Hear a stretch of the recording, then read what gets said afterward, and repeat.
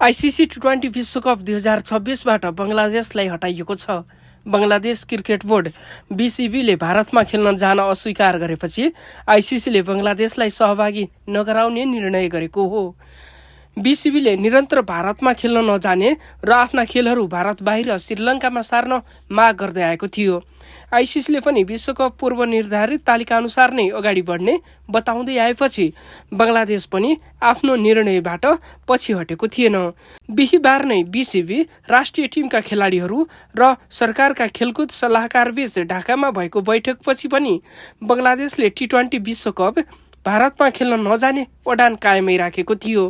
बुधबार भएको ICC board बैठकपछि आइसिसीले बीसीबीका सुरक्षा चिन्तालाई अस्वीकार गर्दै भारतमा खेल्न नगएमा बङ्गलादेशलाई टी20 विश्वकपबाट हटाएर अर्को टिमलाई मौका दिने चेतावनी दिएको थियो।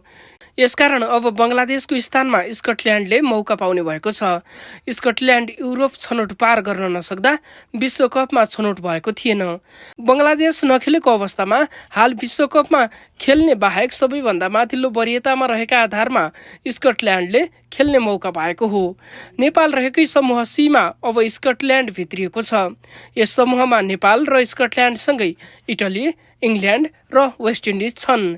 आइपिएल टोली कोलकाता नाइट राइडर्सले बङ्गलादेशी खेलाडी मुस्ताफिजुर रहमानलाई टोलीबाट हटाएपछि बीसीबी र भारतीय क्रिकेट बोर्डबीच विवाद सुरु भएको थियो। त्यसपछि बङ्गलादेश सरकारले आइपिएल प्रसारणमा समेत प्रतिबन्ध लगाएको थियो। बीसीबीले भारतमा विश्वकप नखेल्ने पत्र आइसिसीलाई पठाएको थियो। पछिल्लो समय भारत र बङ्गलादेश बीच राजनीतिक तनाव पनि बढ्दै गएको छ। त्यसको बाछिटा समेत खेलकुद क्षेत्रमा प्रत्यक्ष परेको यो घटनाले देखाउँछ।